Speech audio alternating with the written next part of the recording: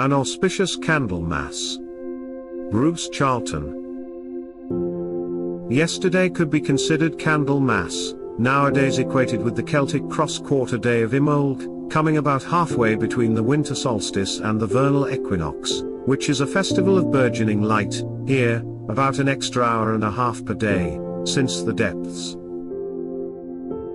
Symbolized by harbingers of spring, if not spring itself, such as hazel catkins and the snowdrop flower, who first put in an appearance a couple of weeks ago, but is now making its presence felt, at least in the city. It will not begin to peak in the countryside for a couple more weeks.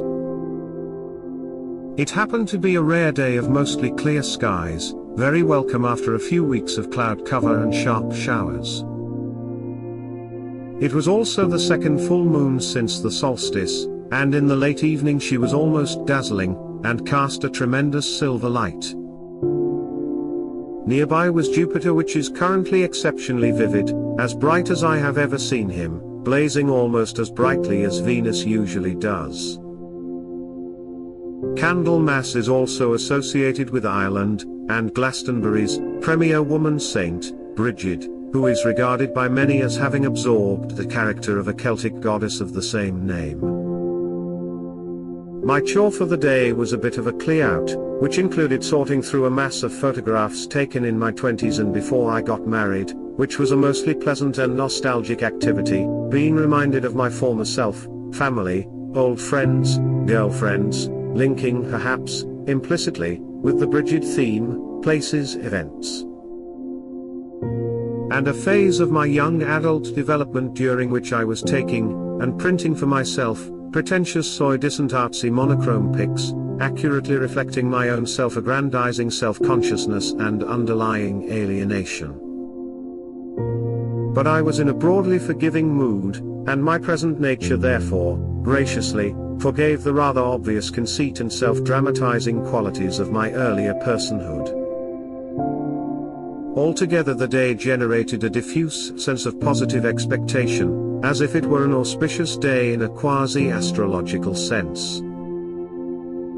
Although, if so, I am unclear and skeptical about how such things might operate in this world and in real life. Files don't prove anything, and anyway, we should by now already know what is needed. Bruce Charlton. The alt media is abuzz about some files that have supposedly been released by the establishment that prove the establishment actively serves the agenda of purposive demonic evil. And that the Western globalist establishment leadership class are, personally, extremely corrupt. Let's be clear. Files, and especially officially disseminated files, and especially files that are the product of evil, do not and cannot ever prove anything in the ultimate and spiritual sense that is necessary. But for heaven's sake, we really, by now, and for at least 15 years, ought not only to know that the globalist totalitarian establishment is purposively evil and personally corrupt, but this ought to have been absorbed into our worldview, and this reality ought already to form the basis of understanding socio-political actuality and events. Especially after the Birdemic-related events of early 2020 and subsequently. Files are, after all, merely data, and the provenance and accuracy of data is always contestable, and the interpretation of data is always contestable, and both accuracy and interpretation are a product of metaphysical assumptions concerning the nature of reality. Therefore, anyone whose fundamental assumptions disallow, or regard as impossible, the literal evil and actual corruption of the Western and globalist establishment, and especially the leadership class, cannot and will not be persuaded of their evil and corruption by any data of any kind in any amount. As will very soon become apparent. Those who suggest that the files are, i.e. should be, they believe, a watershed in the history of Western politics, are engaged in their own kind of attempted political, and geopolitical, manipulations. Usually concerned with trying to enlist active support for some ideology or party or program of some kind, some ideology/party/program that the writer or speaker serves or desires to dominate. Advice which purportedly leads back, in a loop, to the kind of society of some decades or centuries ago, a movement which is not even going to be attempted, because of how people actually are, but would not work if it was, because people are not what they were. If not, then what? I see zero need to engage with the content of purported files, and many probable pitfalls in doing so, the most likely of which is to be encouraged into an attitude of resentful spite, and/or despair. We should already know what we need to know, i.e. what we personally know suffices without establishment-supplied evidence, and if we don't know it by now, then it is not the problem of lack of evidence that blocks our understanding. To engage with the files would merely be to participate spiritually with a staged media political event, thereby voluntarily to open our hearts to that evil, and to engage in yet another example of double negative values, values that are lethally characteristic of and foundational to the atheist materialist Western mainstream.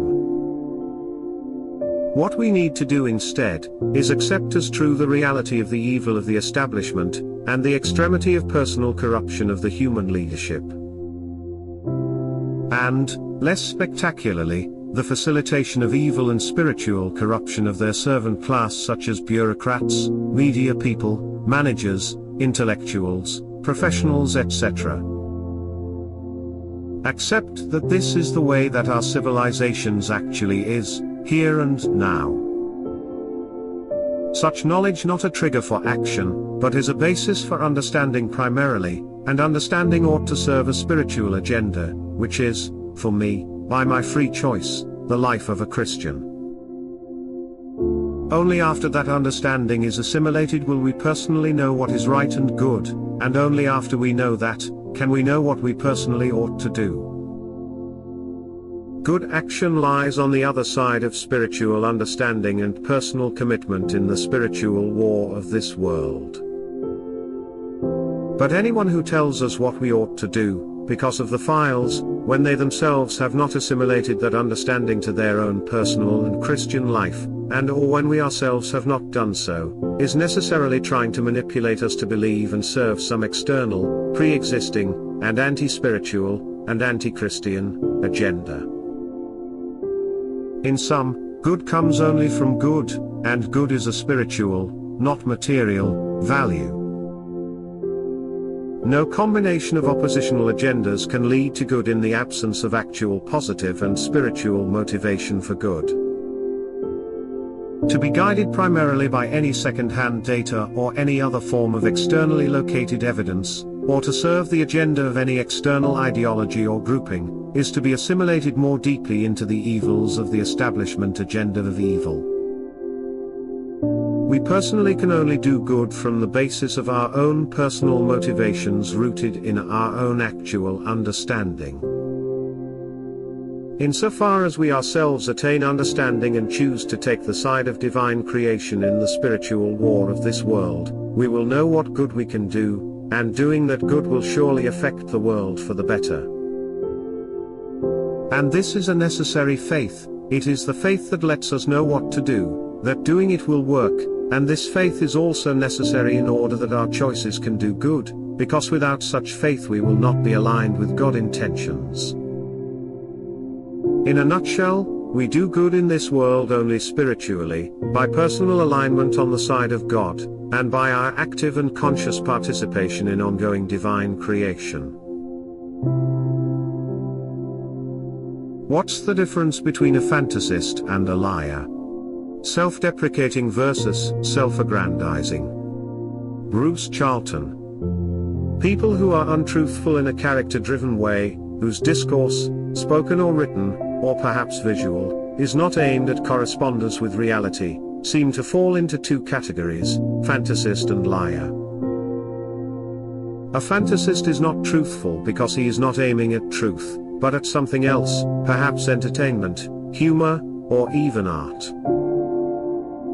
Humor is a good example. A good raconteur tells anecdotes of his life, but these stories do not attempt to describe accurately the individual's past experience.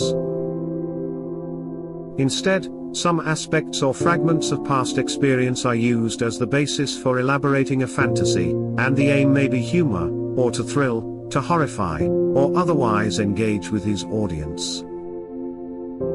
The liar, on the other hand, is untruthful for his own benefit. If a liar tells an entertaining story, its subtext is intentionally, whether by conscious intent, or by sheer habit, self-aggrandizement. The liar's untruthfulness is motivated by self-interest, the lie is to serve a selfish agenda. When there is anecdote, when the liar spins something that seems like a fantasy, the underlying objective is always to impress the audience with a conviction of nonetheless. What a fine fellow he is. The true fantasist can be distinguished by the self-deprecating nature of his stories. I used to know a vastly entertaining Welsh chap, who spontaneously extemporized hilarious stories of his own experiences, to the extent of making me cry with helpless laughter, and always with the assumption of himself as a hapless character, his own worst enemy. Of course these stories were 95% untrue in a literal sense, yet, they always had some actual observation or event as a trigger, and evoked a surreal sense of reality that made them compelling, and almost wise. Of course, to be able to tell funny stories against oneself requires a deep self-confidence, which is attractive.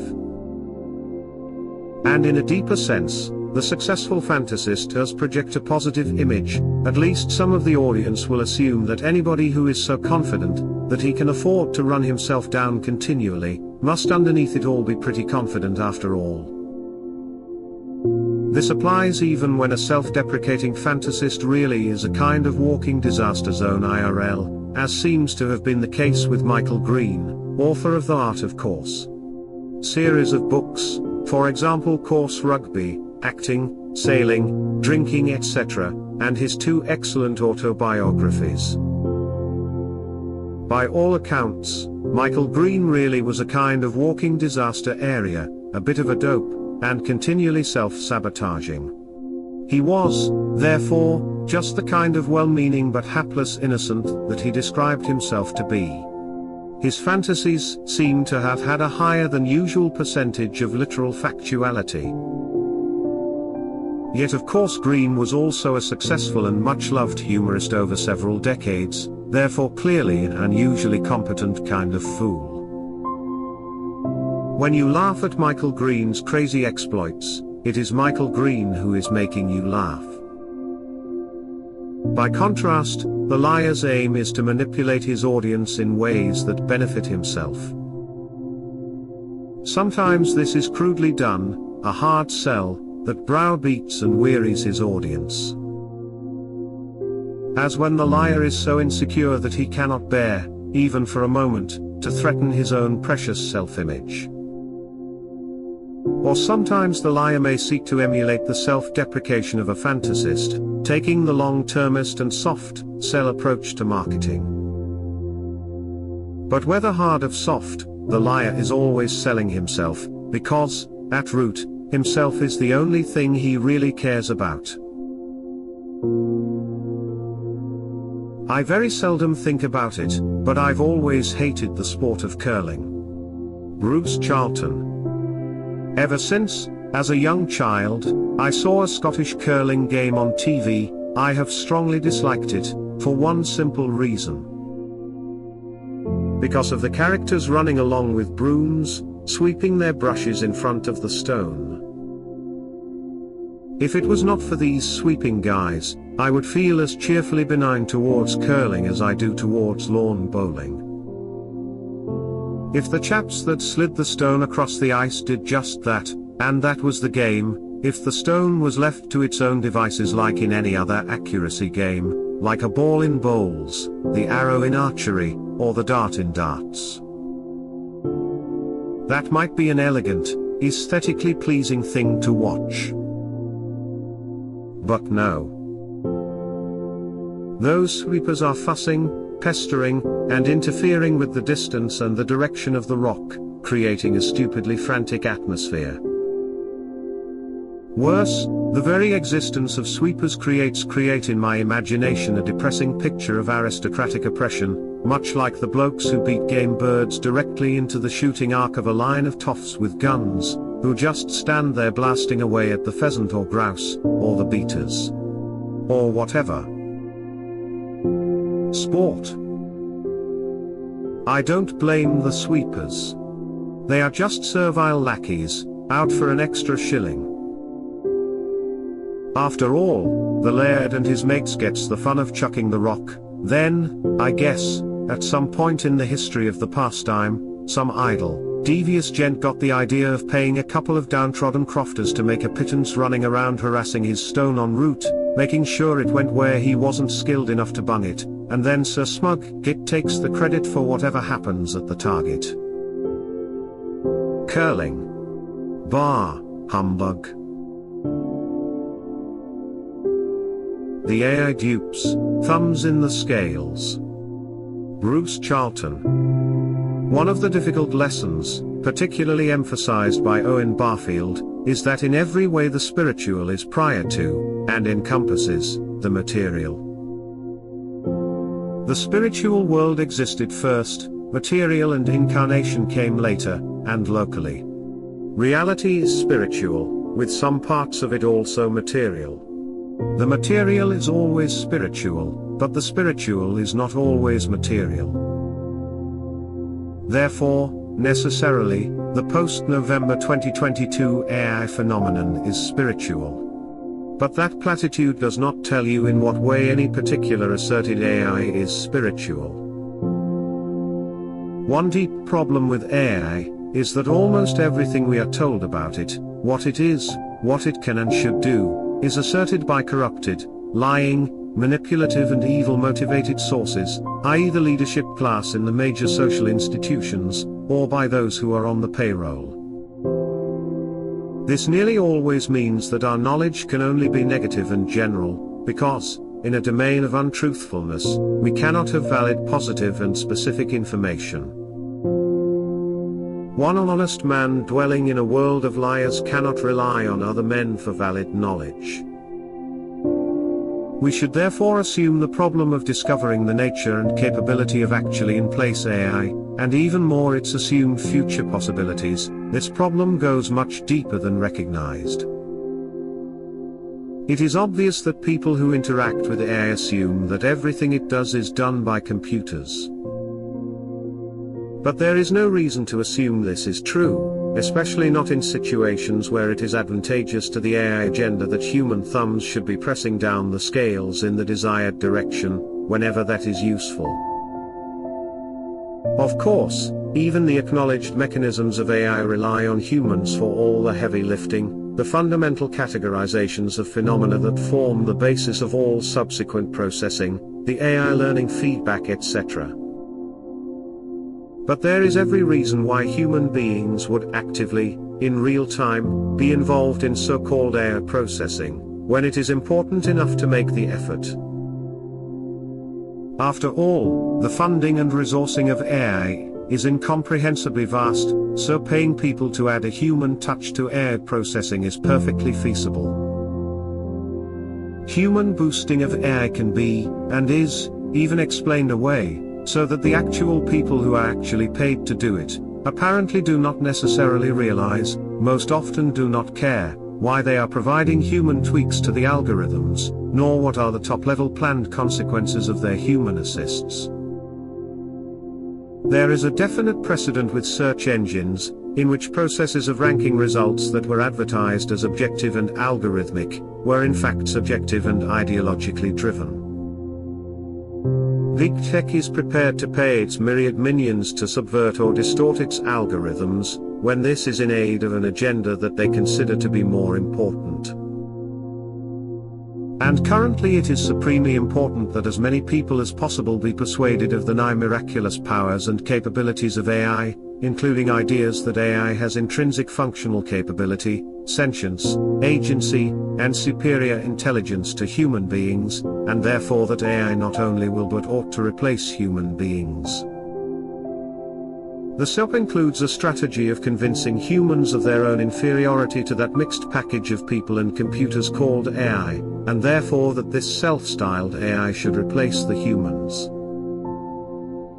And in practice, therefore, to manufacture consent for the centralized totalitarian system, in which those who own/operate/control the truly colossal AI enterprise are voluntarily accorded an objective right to rule the rest of mankind, in whatever ways they know to be just and good. So we should expect human inputs and enhancements, a human thumb in the computerized scales, to be normal and routine whenever this is expedient for the success of the AI agenda. Humanity today is not creatively constructive but creatively destructive. William Wildblood. Creative power is used for destructive purposes. Nearly all modern arts are blasphemy. This is a quotation from Towards the Mysteries by Swami Omananda, Maud McCarthy, which is presented as a record of communications from elevated spiritual beings. Most of this sort of stuff is spiritually substandard and not what it purports to be, but this is one of the rare exceptions that carries the ring of truth. Anyway, back to the quote, which can stand on its own, regardless of claimed provenance.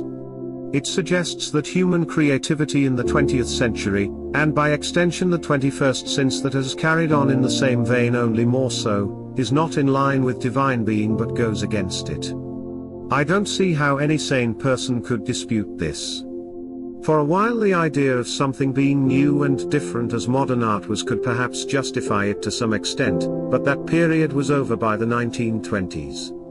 Thereafter, most human creativity, and especially that which was lauded by the art establishment and cognoscenti, dismantled divine order and sometimes spat in its face. In terms of popular art, especially music, the trend was backwards, reviving primitive forms of expression that should have been outgrown, though with technological sophistication giving it greater potency. I am not saying that none of this had any artistic merit, but overall the form in which these musicians worked rendered the content spiritually harmful. As the composer and theosophist Cyril Scott said in his book Music, its secret influence throughout the ages, after the dissemination of jazz, which was definitely put through by the dark forces, a very marked decline in sexual morals became noticeable. We don't like to admit this now, but the reality is that the influence of less evolved groups pulled down the standards and level of consciousness of Western society in general. Even when art flirted with the so-called spiritual, it was rarely on the level of aspiring to true divine understanding as with the music and cathedrals of the Middle Ages and Renaissance. Instead it sought to expand the circle of personal experience and consequently was just as likely to plumb the depths as scale the heights. The creativity involved did not explore truth and beauty and the good, but the supposed wholeness of human nature, which effectively means delving into the ugly and the diabolical, and that inevitably damaged and degraded the culture. Human creativity was not aligned with divine order but actually worked against it. As a result, it did not refresh or revitalize the human spirit. It exhausted it because it was only attuned to the human mind separated from God, and that is a self-consuming, decaying source of inspiration. It retains a certain amount of energy from its origin in divine being, but that dissipates over a period, and we seem to be coming near the end of that period, which is why so much in the field of art and culture now just recycles what came before. People are acclaimed as great artists today who might have a certain skill and talent but do not have what truly makes an artist, which is attunement to the level of forms, using that word in its Platonic sense. What this means is an awareness of the pattern of divine being, and this can unfold in a multitude of ways depending on the individual qualities of the artist. But now we have creative people falling back on themselves and their own minds, and where there is some inspiration from a non-material source, it is from the lower levels of being, though, as is the way with these things, often mistaken for or claimed to be from higher levels. But by their fruits shall you know them, and the fruit of most art over many decades now is rotten to the core. Humanity is possibly more creative than it ever has been, but so often what is created or produced is spiritual poison. This is certainly the case with what gets taken up and promoted. Hence many people seek out the art and beauty of the past which still has the power to inspire. I'll tell you why this is done. It's because Satan, using that name to describe the central core of the powers of evil, knows that if he can deform people's idea of beauty, he can deform their idea of God and the good. They will consider themselves more sophisticated and advanced than those who don't get it, and then they are his toys to do with as he wishes. Unfortunately, he finds plenty of willing egotists in this world to carry out his will. Alan Garner vs. J.R.R. Tolkien, The Anxiety of Influence. Bruce Charlton. It is some decades since I read Harold Bloom's 1973 book The Anxiety of Influence. The idea I retain from it is that a strong, and would-be major, writer will sometimes, I recall that Bloom says always, which isn't true, but let's say sometimes, have his work shaped by the anxiety of his major precursor. So that the Roman poet Virgil's work was shaped by his own sense of debt to the Greek poet Homer. Bloom's idea is that the earlier major poet casts a shadow and exerts such an influence that the later poet must either engage with and transcend the earlier poet, or else be resigned to being a derivative and second-rate version of the earlier poet. If this goes well, the later writer will be the equal of, but qualitatively different from, the earlier poet. But if this fails, if the later author fails positively to transcend the earlier writer, yet is compelled by anxiety to make his own work as different as possible, then the result will merely be that the later author negatively reacts against the earlier. I see this latter negative, reacting against, version of the anxiety of influence, in the relationship between Alan Garner and J.R.R. Tolkien. Garner's earliest works were The Weirdstone of Brisingamen and The Moon of Gomrath. I like these both very much, especially Gomrath, and have reread them multiple times. But they were clearly deeply indebted to Tolkien, and in his shadow. These books were indeed significantly different in form, being set in modern times, with a parallel occult magical world breaking into the protagonist's lives. The magical world is also of a much more folkloric nature than Tolkien's autonomous world building. Nonetheless, the Tolkien influence is undeniable. Garner continued on this line with his next two books, Elidor and The Owl Service. Elidor does not work for me, but The Owl Service, 1967, is both powerful and original in its use of a Mabinogian atmosphere and theme, probably Garner's best book, Quay book. These two later books introduce themes very different from Tolkien, an increasingly psychologically tormented male protagonist, and socialist-type elements of class conflict and resentment. These are both autobiographical themes for Alan Garner, as evident in his book of essays The Voice That Thunders. Elidor and Owl Service also eschew the eucatastrophic, Tolkien's word, happy endings of classic fairy tale, although OS has a satisfying sense of closure. But Elidor, in particular, ends very abruptly with an atmosphere of pessimism and disgust, almost despair. Garner has often spoken either slightingly, or in a definitely hostile way, about J.R.R. Tolkien and his work, and about both of the first two, and most obviously Tolkien-esque, books. Tolkien and Garner indeed shared several strikingly similar characteristics, personal experiences, and professional interests. Tolkien's background was lower middle class. His childhood and young adult sufferings were, I think, much greater than Garner's, since Tolkien's childhood was distinctly impoverished. He was orphaned age 12, and served in the First World War on the front lines. Many close friends were killed. By contrast, Garner had a loving family background among the upper working classes of rural Cheshire. He did a short period of compulsory army national service during peacetime. His main unusual sufferings were 3 prolonged and severe, life-threatening, childhood illnesses. Both Tolkien and Garner were scholarship boys at famous and academically rigorous old grammar schools in their nearby cities. Both joined the army after school, and both went on to Oxford University to study classics, literae humaniores, with ambitions to become an academic, and both had an academically undistinguished first couple of years. However, here their biographies diverge. Tolkien changed to an English degree, discovered his true academic interest, became a philologist, a full-time academic, and eventually a professor.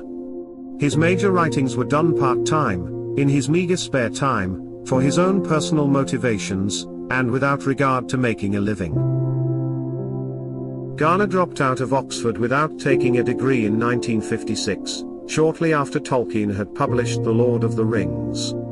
From then onwards, Garner was a full-time professional author, and either needed to accept state or personal subsidies, or make a living from his writing to support his family. Garner was an excellent writer, but from age 22 his whole life became focused on writing, publishing, selling books, etc. And in terms of making a living from writing, it became evident that the more Tolkienian were Garner's books, the more popular they were and the money they made. Weirdstone is still, by some distance, Garner's best-selling book on Amazon. It is my inference, but it seems evident that Garner's anxiety of influence therefore got worse with time. The less Tolkien-esque he was, the less successful were his books. He desired to be a major writer, and had great talent in that direction, but, as with many other full-time professional writers, I get a sense of running out of things to say, and a change to focusing on form rather than content. A sense of focusing on how the book is written, more than what the book is about. This is, I believe, one of the reasons for literary modernism, and the stylistically and structurally experimental writings of the 1920s and 30s, such as Joyce's Ulysses, Eliot's The Waste Land, and the like. So, rather belatedly, Garner made a decisive break with the earlier Tolkien-esque stories, and wrote Red Shift, 1973, which is extremely difficult to follow, and very experimental and stylized in its structure and prose. Yet which is underneath, as with Ulysses, somewhat banal and stereotyped, melodramatic, in its action and emotions. RS also ends extremely negatively, in disgust, extreme pessimism, and despair, with the tormented male protagonist descending into psychosis, and a coded intention of suicide. Since Red Shift, Garner has continued to write in a broadly similar deliberately obscure and experimental style, and typically aimed at adults, rather than children or adolescents.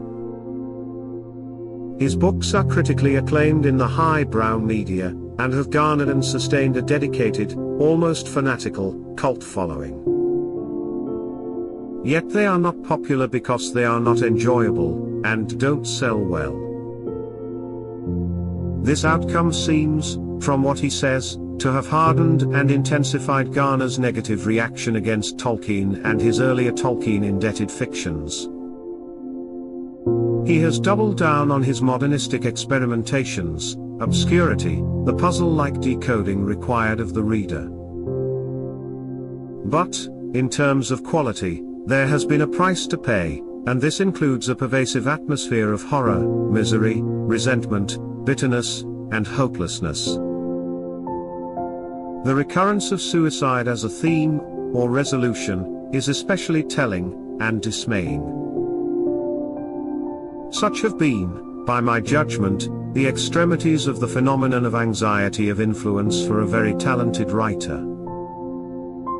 I am sympathetic about Garner's dilemma, and the problem is genuine.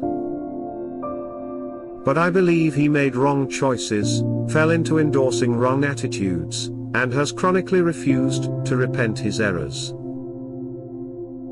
This relatively late arrival of autobiographical themes strikes me as retrogressive. Autobiographical concerns ought, I feel, to be worked through at an early stage, a classic first novel concern, and something a writer transcends as his work proceeds. But in the case of professional authors, with their writing-focused lives, it seems they feel compelled to dredge their own lives, often of their pre-writing lives, over and again, for lack of any other personally motivating theme. Either that or they start writing about writing. Not having a career worked out well, for me. Francis Berger. I wanted to be a writer when I was young, so much so that I barely paid any attention to starting or maintaining a career in anything else. Luckily, employment prospects were bleak after I graduated from university in Canada, so I would have struggled to launch a career even if I had had the burning desire to do so. I worked in restaurants or on construction sites mostly because there wasn't much else available. I also took on some driving and delivery gigs here and there and had a stint working as a bookstore clerk. I also taught ESL in Europe for a couple of years. Oddly enough, being underemployed didn't bother me too much. Since I wanted to be a writer, I made that my priority. Instead of a career, which was hard to come by anyway, I settled for work, that is, any job that would provide enough to live on and, more importantly, the time and space needed for writing. That state of affairs proved satisfactory until I began to accept that I would probably never become a successful writer. I must have been about 30 or so when I accepted this. Minor publishing successes aside, the odd published short story here, the occasional snippet of an article there, my work never broke through in any meaningful way. And there I was, a failed, wannabe writer with nothing but Joe jobs on his resume. That having a career might be good didn't occur to me until I was in my early 30s. It was around then that I entered the education field and became a high school teacher. However, I couldn't regard the job as a career, no matter how hard I tried. After a year in the system, I realized I would never have any ambition to climb the ladder. At best, teaching would be little more than a steadier job. Just work. Something I did to pay the bills.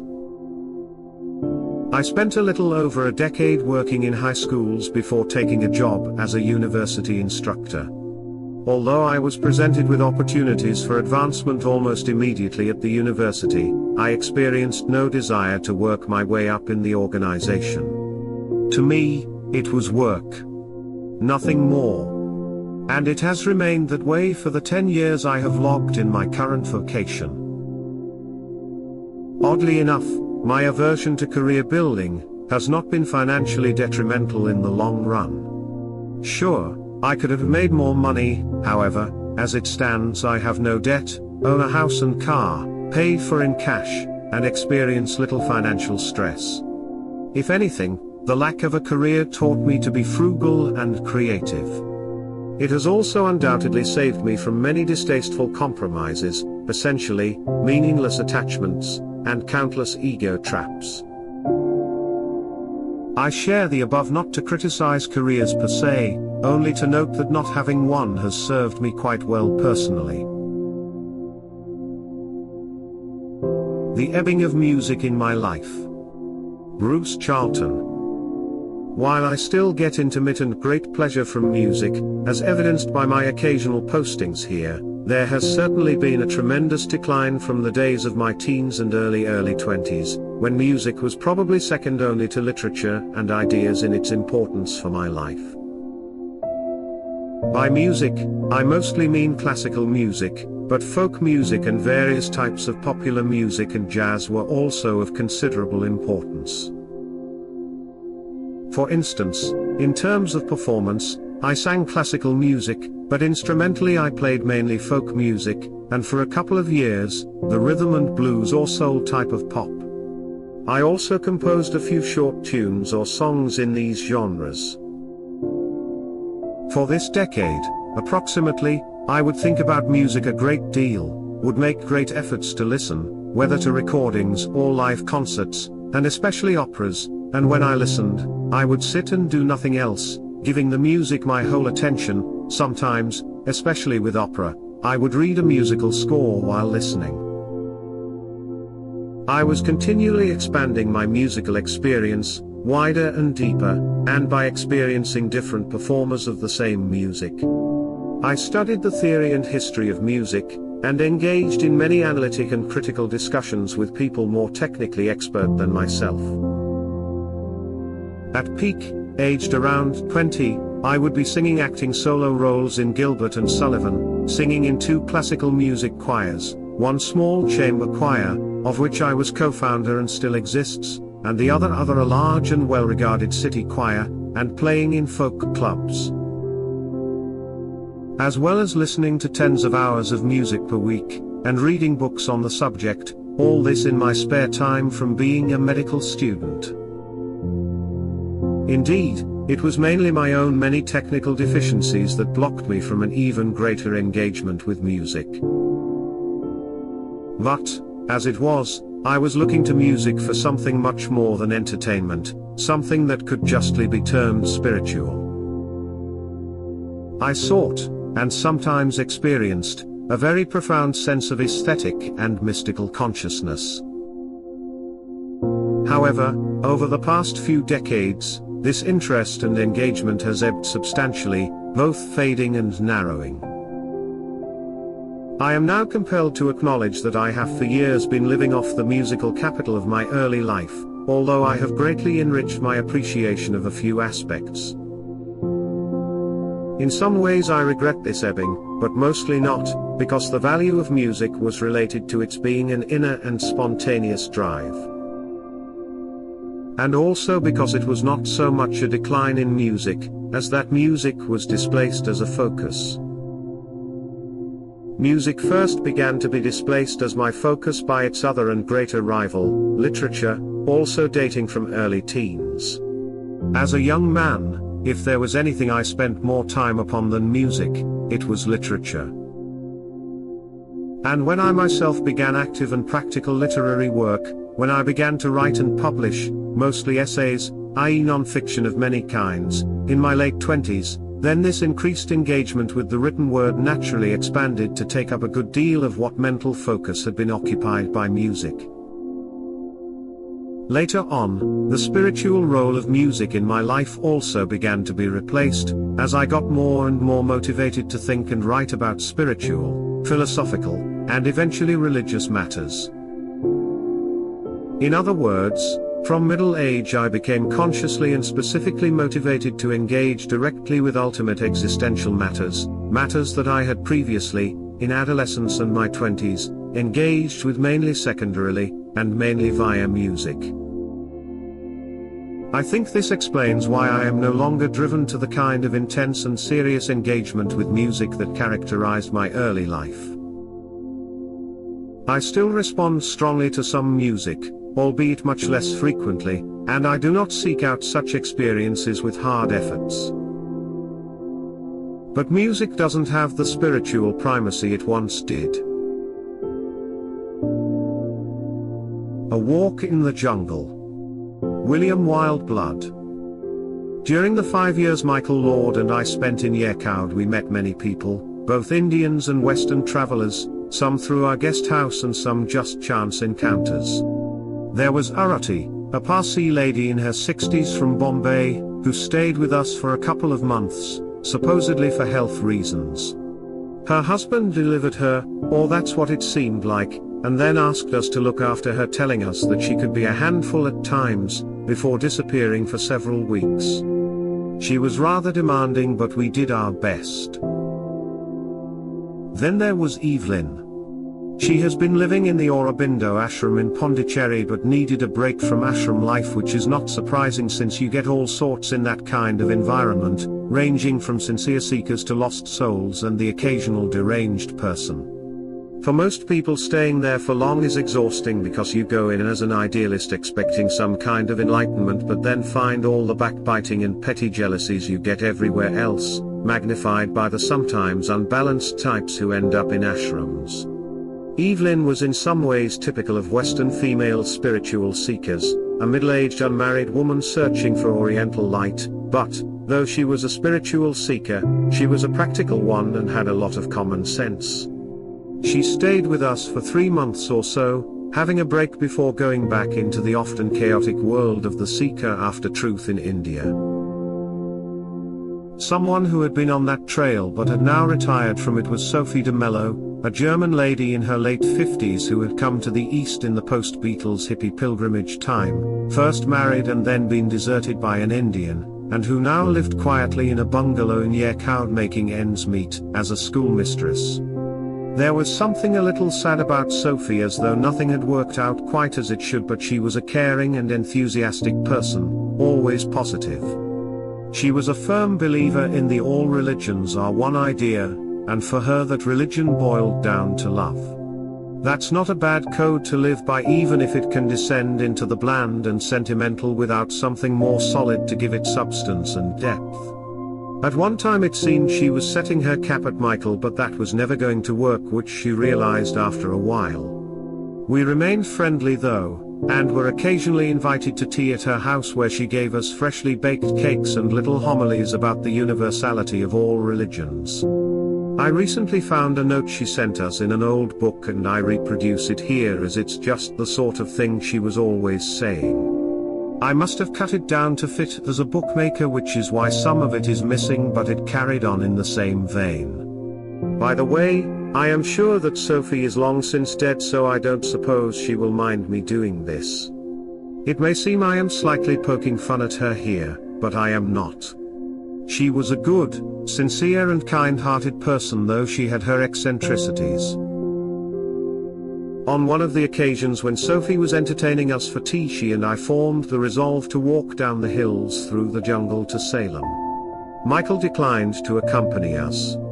Yercaud was 5,000 feet above the plains and only accessed by the loop road along which buses and cars traveled in order to reach the town. However, we had heard talk of a path that descended to the plains and which was used by travelers on foot back in the day. We couldn't find anyone who had used it more recently, but apparently it still existed. We made some inquiries, but everyone we spoke to about it looked at us in amazement. Why would you want to walk down when there's a bus? Was the attitude. I wonder if what makes Westerners want to do this sort of thing is one of the factors that caused them to change the world. For the better in some ways and the worse in others. We eventually found someone who told us where the path started, and he said it was occasionally used, but only to go to and from a couple of smaller settlements lower down the hillside.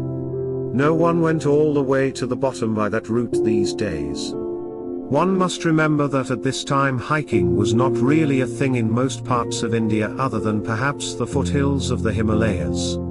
But elsewhere traveling on foot was probably too recent to be thought of as something potentially pleasurable. Nothing daunted, we made our preparations, though, as that only involved some water and a sandwich. It did not take long, and early next morning the two of us set off. The path started in a reasonable state of repair, just a track as in the picture above really, but easily navigable, and it was delightful to walk in the coolness of the day before the sun had climbed high, with the birds singing and the forest green and sparkling in the morning light. We were in good spirits and optimistic for the journey ahead, even though we had no map and no certainty that the path we were on really would take us where we wanted to go. We passed a few little shacks and attracted some attention from giggling children playing outside, to whom white people would have been an unusual and strange sight, and then the trail began to degrade quite quickly. I calculated that we had descended about 1,000 feet, which meant there was still a long way to go. The sun was now higher in the sky and it was getting hotter. We had hats, but there was no shade on the path. Still, it was there and still going down, so we knew we were on the right track. To make things slightly confusing, there had been turn-offs, but these were even rougher than the main path, so easy to identify. But then, inevitably, we came to a point at which the path split in two and there was no indication as to which one we should take. We had passed the end of the settlement some time before, so there was no one to ask. We deliberated a while and then took one of them, hoping for the best.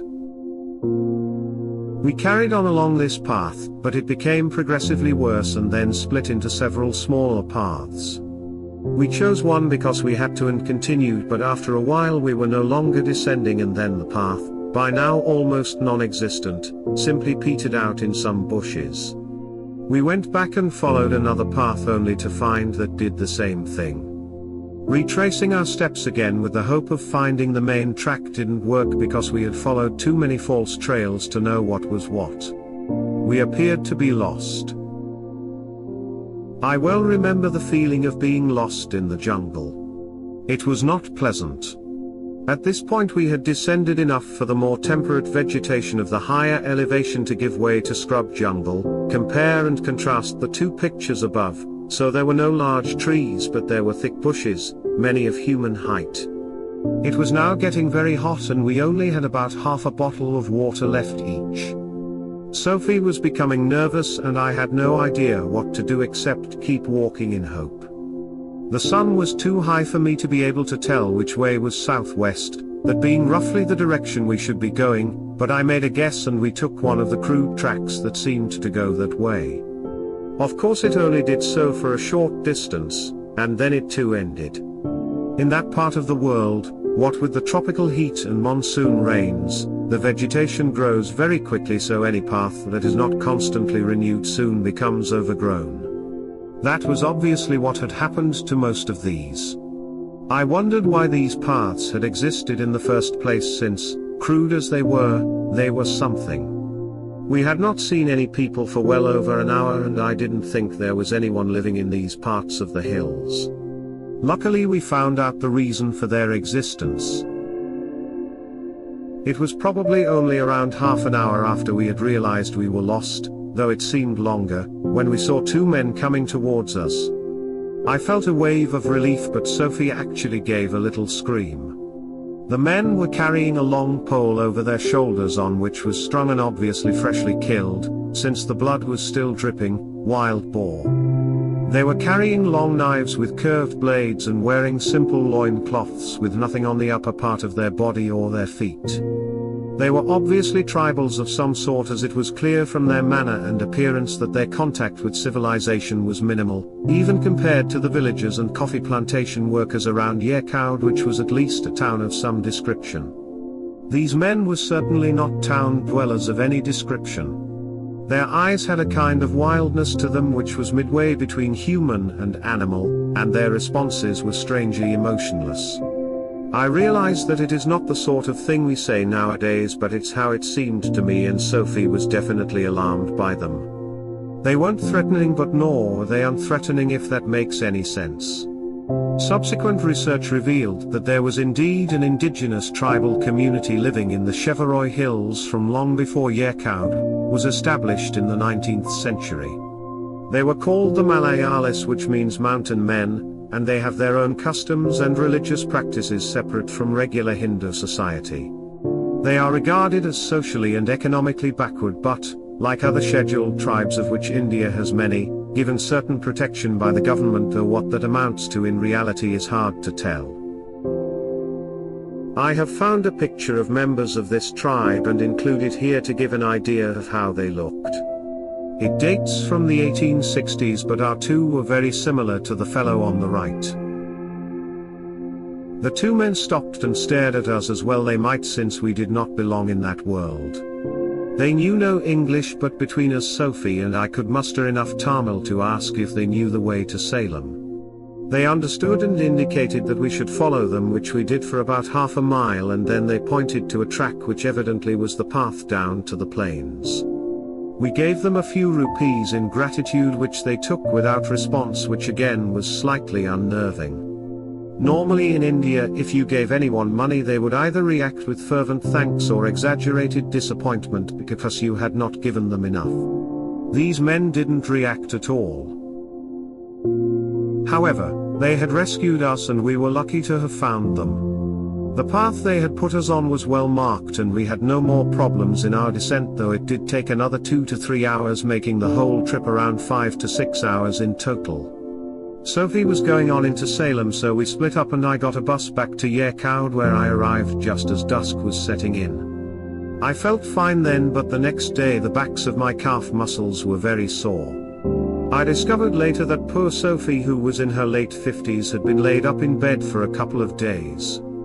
I have walked down mountains and up them, and going down is always harder on the legs. The answer to anything is metaphysics. Bruce Charlton. The main reason why most would-be deep discussion, as well as superficial argument, is a waste is metaphysics. Metaphysics is our fundamental assumptions concerning the nature of reality, and when these assumptions are wrong, all answers will be wrong, even if they are superficially correct. All answers will be wrong because they all trend to wrongness. They will be wrong because all the answers will constellate around the wrong assumptions, making it appear that the one assumption is true, when, in fact, the facts are all built around the wrong assumptions. The constellation of wrong facts, the patterns they make, will make us that they are true, when they are actually all wrong, but all wrong in the same kind of way, because rooted in the same false assumptions.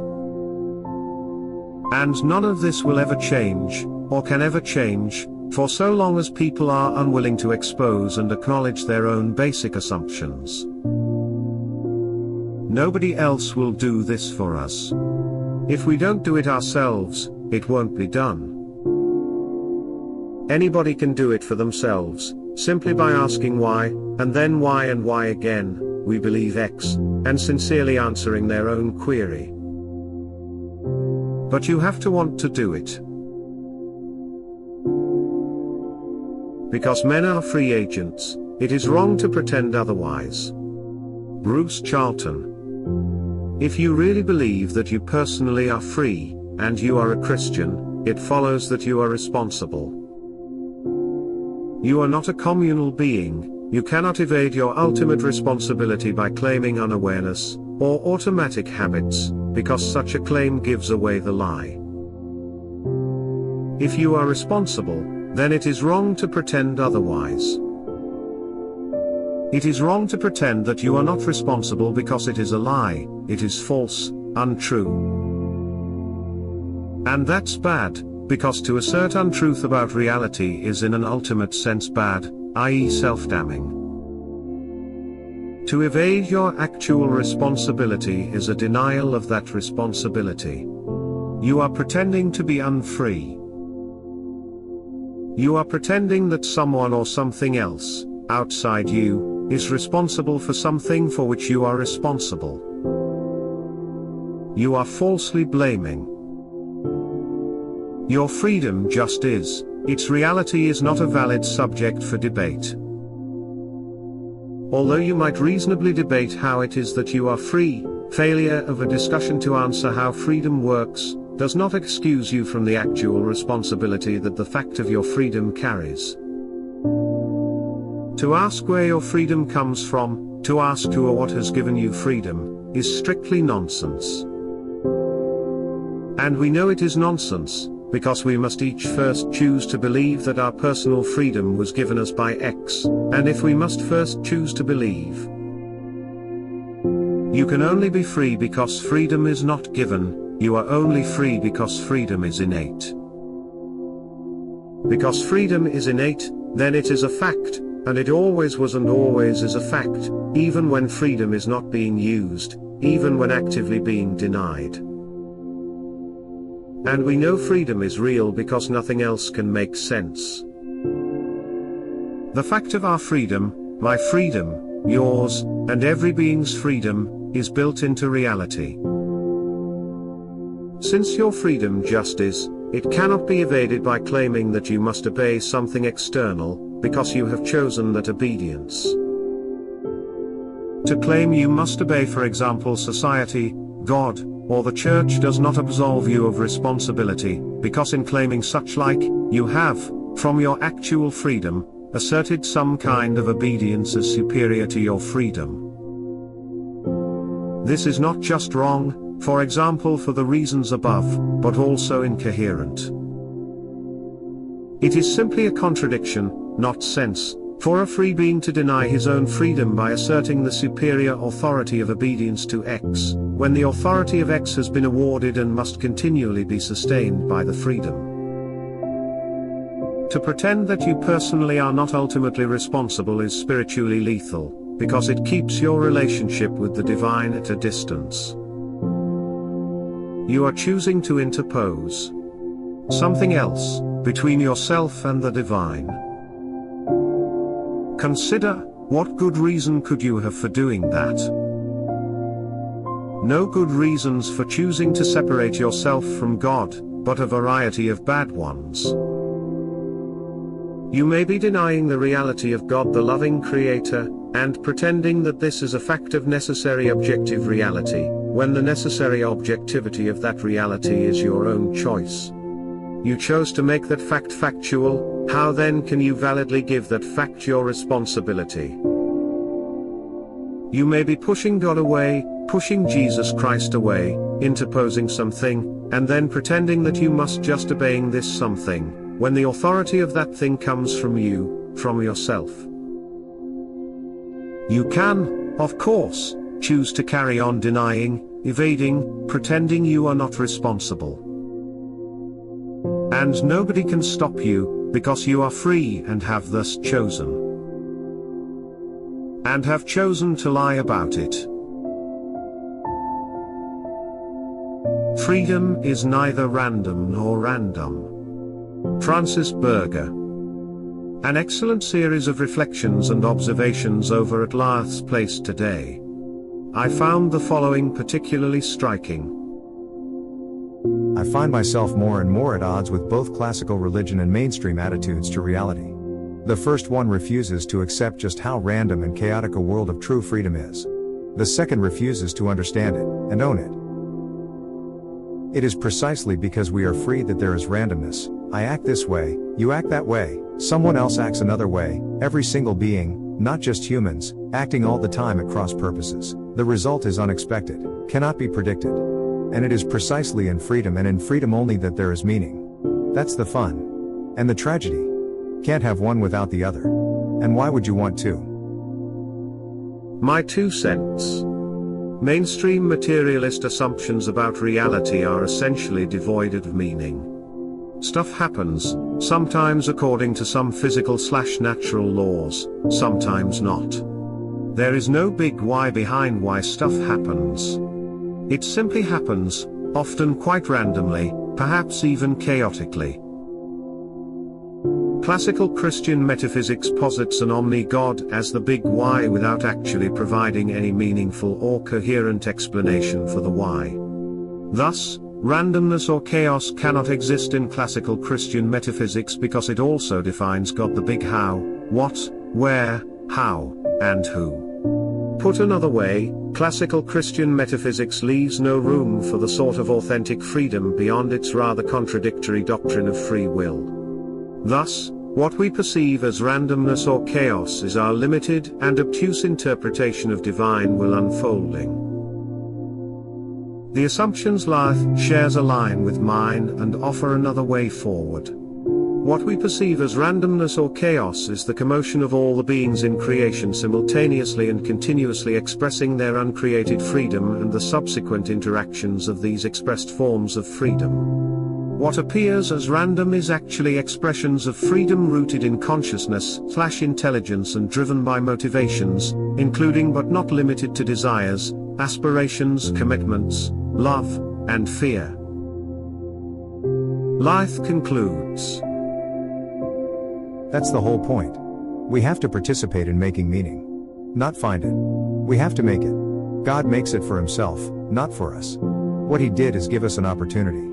Why would I want him to pilot the ship for me? It's enough that he gave me a ship. The point is to become more like him, not less. The other side of the coin is mainstream atheism, which looks upon the often chaotic results of freedom and concludes that there is no meaning. What a stupid and unwarranted conclusion. Just another type of cope. To refuse responsibility. Randomness is a product of free beings acting, and acting requires purpose, hence, meaning. Now, the result of course is often chaotic. It has to be. But that just means improvisation is one of the skills, perhaps the main skill, we're meant to master here. But most people want a script, I suppose. Taking sides, for or against divine creation. From love or not. Bruce Charlton. Our Creator is a loving God, and the divine creation is built with love, so to be on the side of good is to live from love.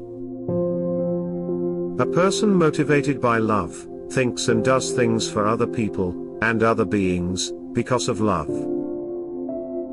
This means that the good person will often do something that sacrifices his own immediate pleasure, or causes himself to experience some degree of immediate suffering, or suboptimality of feelings. This kind of thing is inevitable, when love motivates. Those who operate from other motivations that are not love, those on the side not supporting or actively against divine creation, see all this very differently. For them, love looks pathetic, pitiful, despicable. A life led, acts done, from love, look instead like foolishness, like being a dupe. Love looks like weakness, subordination of my will to another's, service of somebody else's agenda, voluntary slavery. Those who are not taking the side of good, i.e. not living by love, generally regard those who do thus live, as pathetic and despicable. But if love really is the real motivation for behavior, then everything is different. All that is done from love, no matter how small a thing that may seem, is an enhancement of divine creation. And that which is done from any reason not love, will tend to diminish divine creation. Therefore, as examples, things done to serve an agenda of altruism will diminish divine creation, same with things done for my power and or wealth or that of others. And things done for comfort, convenience or pleasure of myself or of others, shall likewise diminish creation. That is, anything other than love diminishes. And things done from resentment, fear or despair, and the like, are actually an attack on divine creation. The side references which of the two sides in the spiritual way of this world is chosen, either the side affiliated with God the Creator, or else the side that is not thus affiliated. There are many ways of not being on the side of divine creation. Note, almost all writing on the subject of relationships between the sexes, analysis and purported advice, all the manosphere stuff, including that purportedly Christian, is done from the perspective that love is not really real, not present, or is secondary in importance. Such speaking and writing is inevitably on the other side from God and divine creation. So Western civilization is ending for sure. But is this part of a predictable historical cycle or pendulum swing, with recovery inevitable? Bruce Charlton. There is some kind of a consensus, especially among Christians, that Western civilization is ending, and that this multi-stage collapse is substantially self-inflicted, partly suicidal due to hedonic materialism, and cowardice of the unreligious aspiritual masses, and partly the outcome of deliberate contrivance among the Western/globalist leadership class. Where opinions differ, is related to what happens afterwards. Many people apparently have the assumption that human history is either cyclical, or like a pendulum, and that Western civilization is therefore destined to dwindle but, sooner or later, recover and be reborn. And such people take hope from this, or at least they claim to. This cyclical/pendulum assumption is popular even among Christians, which I find quite strange, given that pretty much everything that the New Testament says about human history states explicitly that it is destined to be linear, unidirectional, ending with the end times. Some of the New Testament links the end times with a second coming, a return of Jesus Christ, although the premier authority, and earliest second-hand, Gospels sources do not describe a second coming of Jesus. I mean the Gospel called John, which is an eyewitness account from a beloved disciple and, chapters 1 to 20, was composed shortly after the events described, and Mark, which is the first recorded of the second-hand, post-ascension Gospels.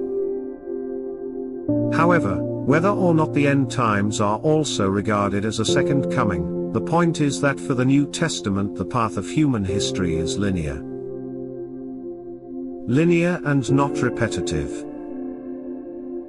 The Christian conception of history is therefore not primarily cyclical, nor a matter of pendulum swings, and if apparent recurrences do occur, then these can only be approximate, because they are subordinate to an overall and basic linearity. And this, of course, fits with the pattern of human history as it appears spontaneously to the simple observer.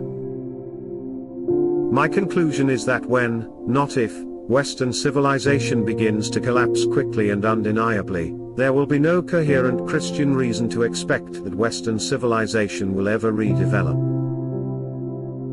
But even if there was, I find it very hard to believe that people who take consolation and derive hope from cyclical/pendulum theories of history are being sincere. I mean, I find it hard to believe that they really do derive genuine consolation and real hope from their assumption that, although we shall collapse soon, nonetheless some future, unknown and unrelated, persons shall experience a return of something like Western civ. This is so feeble and remote an expectation that I strongly suspect it serves merely as an excuse for here and now mental laziness and cowardice, for current dishonesty and evasiveness. Anyway, that's how the stuff about cycles and pendulum swings strikes me, as yet another instance of clutching at fake straws. Family is the master metaphor for divine creation. William Arkle Revisited. Bruce Charlton. I was rereading the introduction I wrote for the second edition of William Arkle's A Geography of Consciousness, 2019. In this writing I am explaining Arkle's spiritual philosophy, to the best of my ability, and Arkle has been a significant influence on my own understanding over the past 15 or so years. Despite these large debts, to avoid reader confusion, I should point out that my own understanding differs from that of Arkle in several significant ways.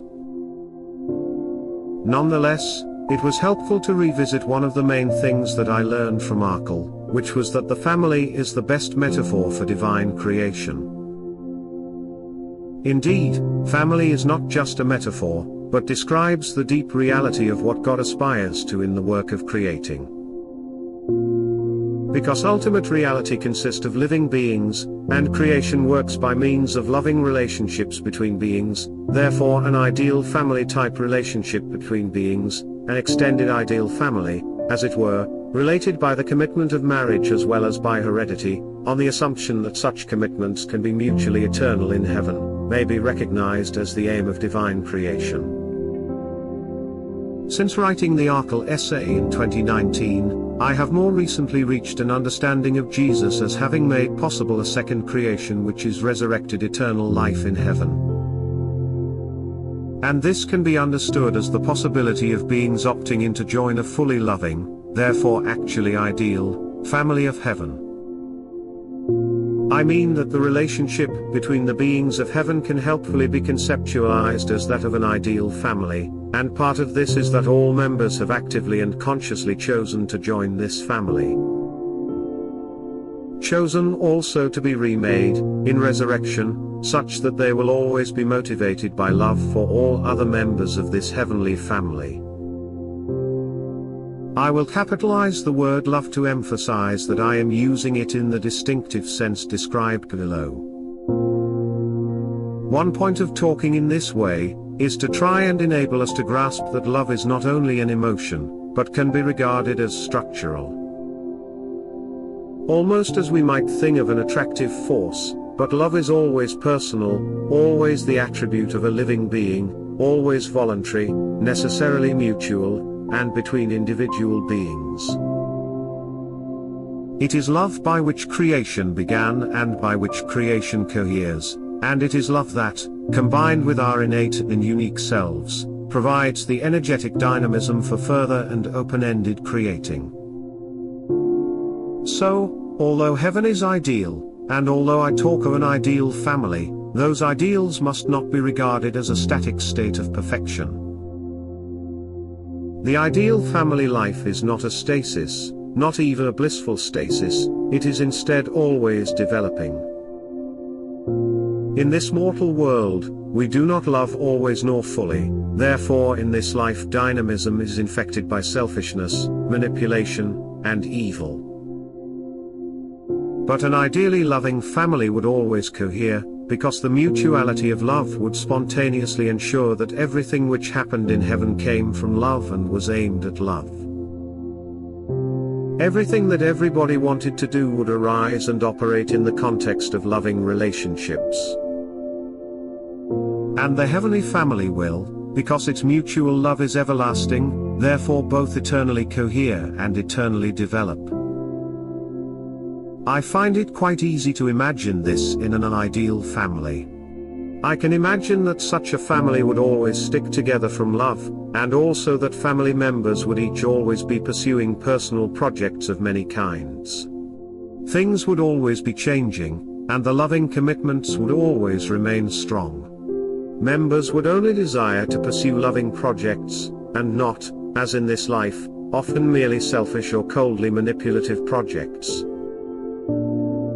Many people imagine heaven in such a way that it is boring, or even demeaning. But when the family is a concept which includes all beings, and when beings are understood to be of many kinds, for example human, animal, vegetable, mineral etc., and each being is unique, then heaven represents an ideal situation for an everlastingly creative, hence interesting, living.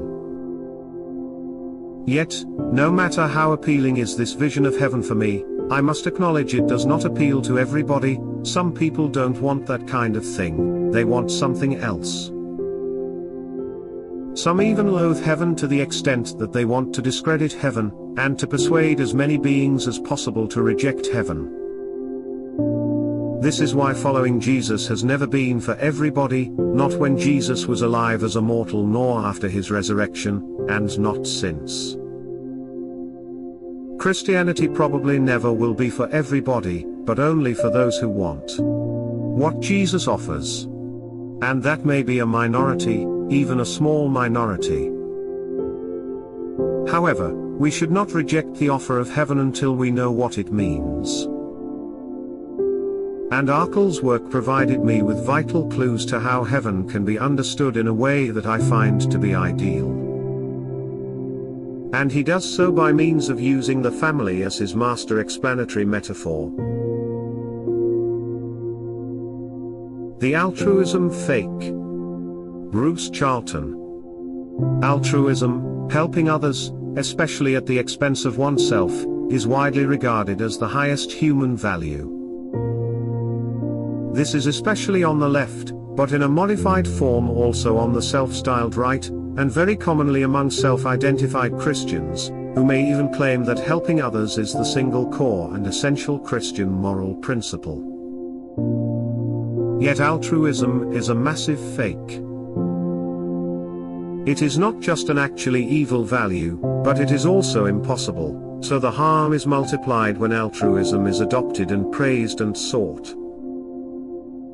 Since men's minds have lost their spontaneous and immersive communality, since we all became, like it or not, alienated and cut off, we cannot anymore pursue the group good, because we do not experience that good in our consciousness. Furthermore, the actual human groups we inhabit are too large and too artificial for there to be any meaningful sense of group good.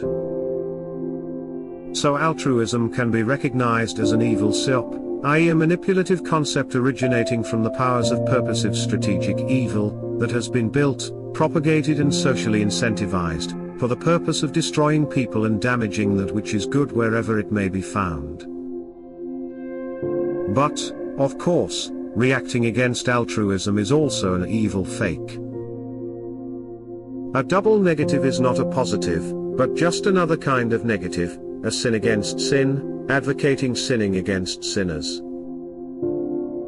Indeed, the supposed right-wing reaction against altruism, i.e. the varieties of claimed political selfishness, enlightened self-interest, libertarianism, market economics, etc., do not reject altruism, but actually sustain and reinforce the false value of altruism. It can easily be seen that the rhetoric of the right amounts to no more than the claim of a more realistic and effective altruism, for example the frequent claim that capitalism is better at abolishing poverty than communism, therefore better at helping other people. Or else the right claims altruism, but for a different sector of the populace than the left. The left may claim an altruism directed according to class, sex, race, while the right may claim to be altruistic on the basis of nation or religion. But both left and right self-justify in the same altruistic way. Even the Nietzschean type, psychopathic, claim of individuals to be aiming at maximizing my own pleasure, power, lusts, status, schadenfreude, and at the expense of other people, cannot help but seek justification in altruistic reasoning. Such as claiming the real world works this way, so that it would be better if this was explicitly acknowledged, that it is better for civilization if the system recognizes that people are motivated thus. Or that civilization is itself a mechanism for oppression, so that it is better overall for everybody if the selfish hedonist destroys civilization. So, even extreme advocates of individualist selfishness cannot help but ground it in some version of claimed altruism, which is intrinsically a fake thing. A genuinely extreme, totally selfish individual would not advertise the fact, nor would he try to make it a philosophical principle to be taught to others. All such rhetoric has some other real purpose. At an opposite end of the altruism fake is therapy. Therapy tries to reduce helping to a lowest common denominator of palliating illness, sickness, death, so that helping others becomes public health, or charitable, or religious, programs justified on the basis of alleviating suffering, preventing or curing diseases. Supposedly this double negative value is actually such an obvious good that only a monster of evil could oppose a therapeutic agenda, could oppose saving lives, reducing suffering, of deserving people, etc. 2020 and its sequelae shows where all that stuff leads. Because altruism is fundamentally and inescapably a fake value, therefore all claimed attempts to help others, including attempts to alleviate suffering, will not be, cannot be, motivated by altruism, and will therefore inevitably and instead actually be motivated by some other covert value, typically selfish seeking, and or spitefully destructive. Wherever you turn, however you twist, it seems that some claim of altruism is lurking underneath all modern justifications for doing, or not doing, anything. And this is inevitable because our society utterly lacks any positive goal or motivation, because this can only be spiritual in nature, and our society is structured around denial of the reality and significance of the spiritual. Altruism is a fake, because society is a fake, and therefore if you personally don't want to live a life pseudo-justified by the harmful, corrupting fake that is altruism, then you will have to find genuinely positive and therefore spiritual values to live by, and you will have to do this for yourself. Ungrounded goodness. William Wildblood. When a religious scheme is shattered, as Christianity was shattered at the Reformation, it is not merely the vices that are let loose. The vices are, indeed, let loose, and they wander and do damage. But the virtues are let loose also, and the virtues wander more wildly, and the virtues do more terrible damage. The modern world is full of the old Christian virtues gone mad. The virtues have gone mad because they have been isolated from each other and are wandering alone. Thus some scientists care for truth, and their truth is pitiless. Thus some humanitarians only care for pity, and their pity, I am sorry to say, is often untruthful. Bruce Charlton has an excellent piece today about the fakeness of altruism, which reminded me of this quote from G.K. Chesterton. Altruism is indeed fake because it is an artificial self-conscious imitation of virtue. It is the mind posing as the heart and the self congratulating itself on its goodness. This is not a cynical put-down of philanthropic selflessness but points out that the attempt to do good, even the desire to do good, is not a spiritual quality because it does not come from the soul but the calculating mind, which is to say, the earthly self. Jesus said in Matthew 6:1 that good works should be done in secret to have any real spiritual impact, and altruism is never done in secret because even if it is not done in front of others, it is done for and from the self. True goodness is always spontaneous, but the altruistic mind is always looking for ways to demonstrate its own perfection. Chesterton points out that all goodness to be real must be rooted in the spiritual. When the desire to be and to do good has lost contact with the spiritual, it becomes an impostor that adopts the outer appearance of goodness but has no connection to what is really good, which is God, and therefore actually does spiritual harm. This is the case even when the would-be good person claims to be and even thinks himself to be motivated by religious faith. If this faith is only in the mind and if it is directed to worldly ends, then it is not faith in God, for God is spirit and those who worship him must worship him in spirit. John 4:24. Altruism, or doing good to others, is pulling God down to this world and worshipping him in matter. Obviously, this does not mean we should not do good. As Bruce points out, two wrongs don't make a right. The argument, if argument is the right word, must be lifted to a higher plane, the plane of spirit and of truth rather than that of the thinking, calculating, time-centered mind. Their apparent contradictions are reconciled, and when we act from that plane we do so without thought or ambition or desire. Altruism is a secular imitation of true virtue and, as such, spiritually corrosive. There are no causes, but instead beings. Bruce Charlton. If you agree that the primary unit of reality is beings, then there are no causes. If beings are the reality, then the first step in anything is the freedom of some being as expressed spiritually, and that is not a cause. It can be thought of as some kind of action of their self, their ultimate nature. This can't be explained, because it is the ultimate. If it could be explained, it would not be ultimate. Causes are abstractions, they are the product of some consciousness drawing lines around some chunk of living reality, of detaching something specific from a reality that is not thus divided. Beings are alive and always living, and their actions are dynamic and a totality. If we divide the living behavior of the beings into causes or events, or actions, then this is, just, a model of reality.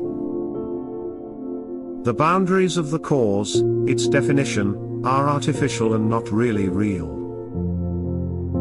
Since we communicate by models, and by abstractions, this might seem like meaningless hair splitting, but regarding causes as if they were real discrete entities has been the reason for much incoherent, confusing, and even demoralizing philosophical reflection, over centuries, perhaps millennia. People draw lines around causes, and do the same for effects on the assumption that these are ultimate and real categories, on the assumption that these models are instead reality, and then they find that they can't understand freedom, or creation, or love, or anything fundamental when using these models. The confusion is caused by the false assumptions of the models, and it is therefore mistaken to infer that the confusion is as aspect of reality. I try to remember this when I find myself reasoning about causes and effects, but it isn't easy, because the cause and effect way of thinking is built into our assumptions. To the extent that we use cause and effect reasoning to try and explain beings, when reality is in the opposite direction. Note, these notions were stimulated by some aside comments by Lyth. Although I am confident of the reality of what I am saying, I'm aware the above points are hard to follow. The best I hope for, is that something of this will lodge in your mind, and you will think it through for yourself, next time you find yourself wrestling with the paradoxes and contradictions of cause and effect thinking. Idolatry equals Birdemic.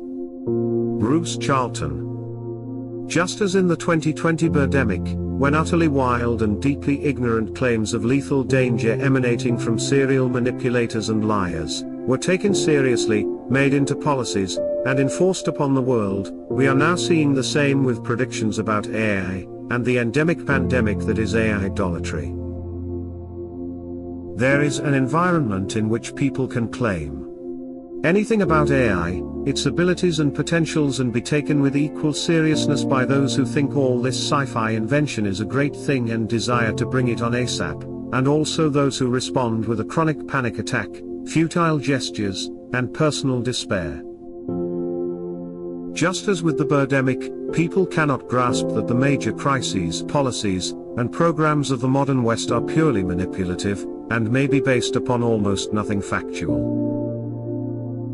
Little or nothing substantive, but a truly immense amount of relabeling, hype, spin, invention, and inverted reportage. Whatever facts there were behind the Birdemic, if anything, they were trivial and insignificant compared with the truly colossal consequences of the coordinated totalitarian global response. Likewise, whatever computational breakthrough, if any, was behind the late November 2022 global propaganda avalanche concerning the claimed qualitative and positively socially transformative breakthroughs of AI was and is trivial and insignificant compared with the truly colossal expenditure, impositions and implementation by the global totalitarian system. With AI, as with the Birdemic, the unconstrained and universal claims over all domains of human life and functioning sit upon little or nothing substantive, but a truly immense amount of relabeling, hype, spin, invention, and inverted reportage. Idolatry equals the Birdemic, for the clear and obvious reason that both emanate from the same sources, use exactly analogous methods of social and psychological manipulation, and both share the same strategically evil aims. Both are operators' tests of our spiritual discernment because the success of both depend on dishonesties and errors at the very roots of our metaphysical assumptions. The mass vulnerability of Christians and mainstream people alike to both the Birdemic and AI psy-ops is evidence of deep wrongness in our understanding of reality and the purpose of our mortal lives. To put it bluntly, insofar as we do not immediately see through these and like deceptions and instantly discern their grossly evil motivations, to that extent our basic life stance is defective, and needs to be examined and revised on pain of self-chosen damnation. Is that clear enough? Note added, to further the analogy, consider the way that during the Birdemic, the scale of health problems was incrementally amplified, month by month, and some orders of magnitude, through unprecedented and immeasurable global expenditures on pseudo-medical technologies and harmful societal transformations, topped by systematic misrepresentation and lies in the controlled media. All of which was attributed to the progression of the Birdemic entity. We are seeing almost exactly the same phenomenon with the media reportage of the progress of AI, unprecedented and immeasurable global expenditures on technologies and harmful societal transformations, with alleged, systematic misrepresentation and lies, orders of magnitude incremental improvement, reported month by month in the controlled media, all of which are attributed to progress of the AI entity. Totalitarian psy-ops are literally black ritual magic. Bruce Charlton. Psy-ops are regarded as top-down mass psychological/sociological manipulations, and they are all evil by nature, because they are not motivated by love, not in harmony with divine creation. Also, since they aim to change other people's behavior in predetermined ways, psy-ops are intrinsically evil in that they are strategically untruthful. In practice, all large-scale top-down psy-ops are also intentionally evil, even if when those human tools who implement the psy-ops, the bureaucrats, managers, professionals, laborers, are ignorant of this evil purpose. In 2026 our lives are full of sigh-ops, and have been for decades, accumulating. These include the highly prevalent, major totalitarian strategies that I call litmus tests, such as class and intersex warfare, climatism, anti-racism, the Birdemic, and currently AI dolatry. There are no good sigh-ops. Supposed good intentions are fake excuses for evil. Sigh-ops are like the One Ring, a tool of the enemy, that and cannot be used to fight the enemy. So, when sigh-ops are used purportedly for altruistic purposes, such as health promotion or public health, supposedly to help people in a scientific and medical spirit, if followed through they result in strongly net evil outcomes. But to what extent are sigh-ops actual ritual magical practices, performed by black magic techniques? In other words, are the methods and intended effects of sigh-ops all operating at the cause and effect level of human behavior and thinking, using quasi-scientific models? Or, are there spiritual methods at work, with intended spiritually harmful consequences? Yes, there is a spiritual agenda. Despite that the masses of modern people deny and are ignorant of the spiritual world, nonetheless those at very top of the totalitarian system are spiritual operatives. At the top of the power systems, the ultimate and primary agenda is spiritual warfare, and naturally spiritual methods are deployed: ritual, symbol, charged language, music, modern architecture and art, the works. The phenomenon termed gaslighting is pure spiritual warfare. It prepares the way for the necessary invitation for evil to enter the soul. Gaslighting induces people, by systemic methods, legal, economic, religious, social, physical, coercion, etc. to espouse, support, propagate, endorse false assumptions, false logic, stark contradictions, nonsense, paradox. Meaninglessness is made to be treated as interesting, amusing, wise, destruction is celebrated as creation, resentment and schadenfreude are praised as morally exemplary. All these are ways by which people are brought to voluntarily open their souls and invite external corruption, occupation, ultimately to hand over control of the soul to external spiritual authorities.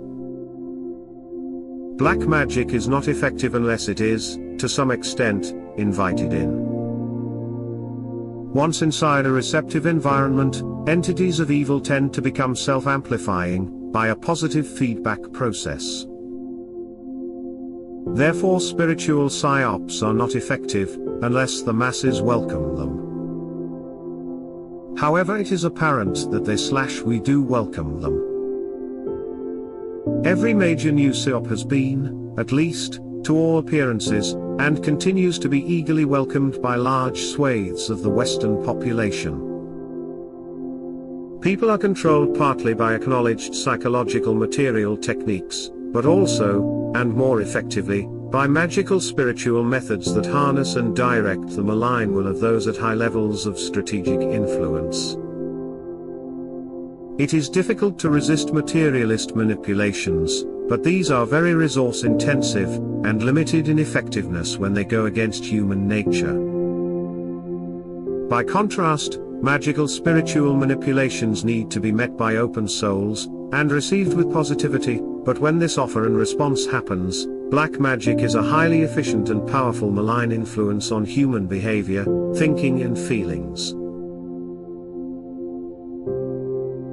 Writing is thinking and thinking is participation, writing as a potential magical act.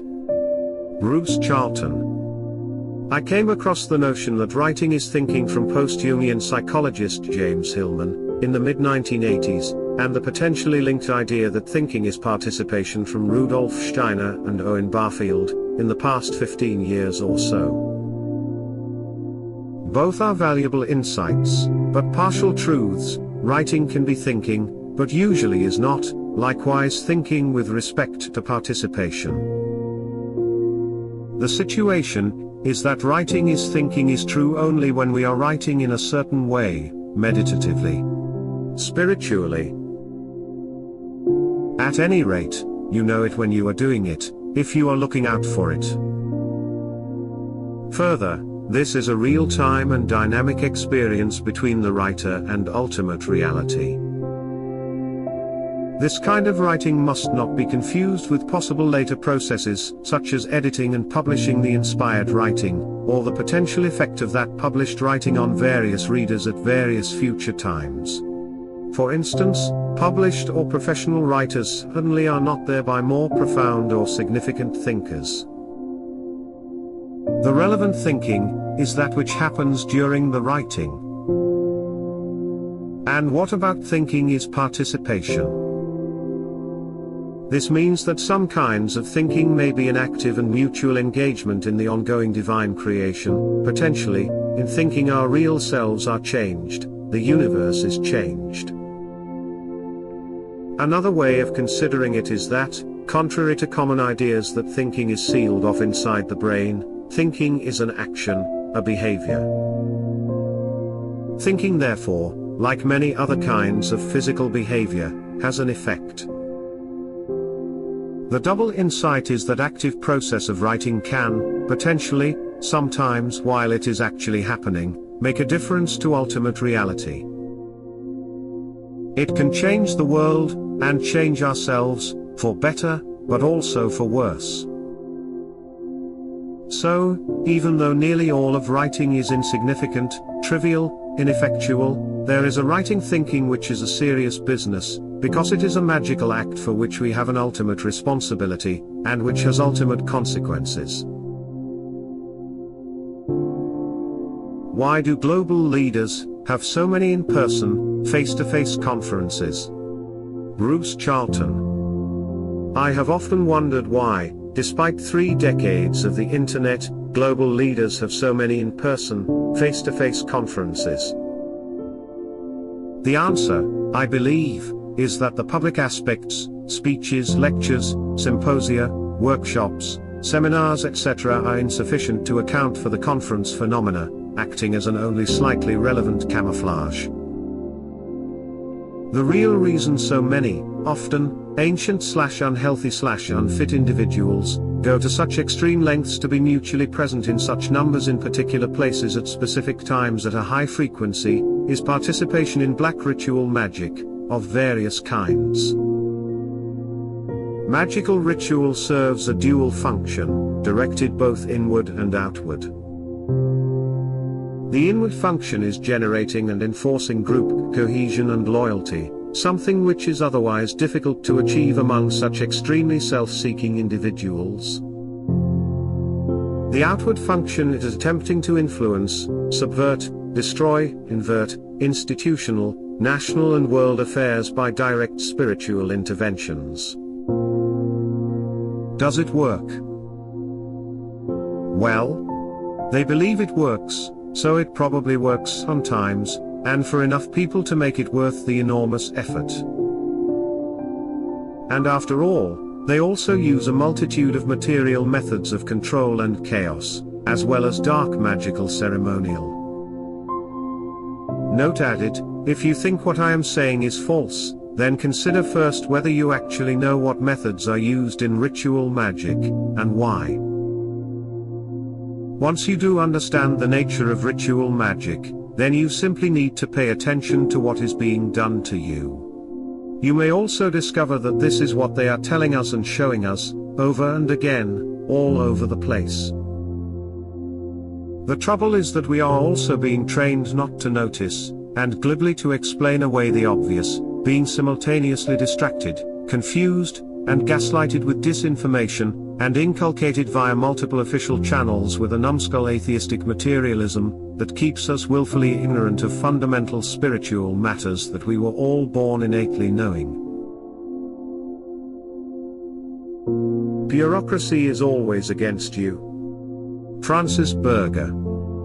Bureaucracy is a cold, mechanistic, systematic, dehumanizing, and impersonal force that is, by its very nature, anti-personal, meaning openly anti-spiritual in its overarching operations and motives.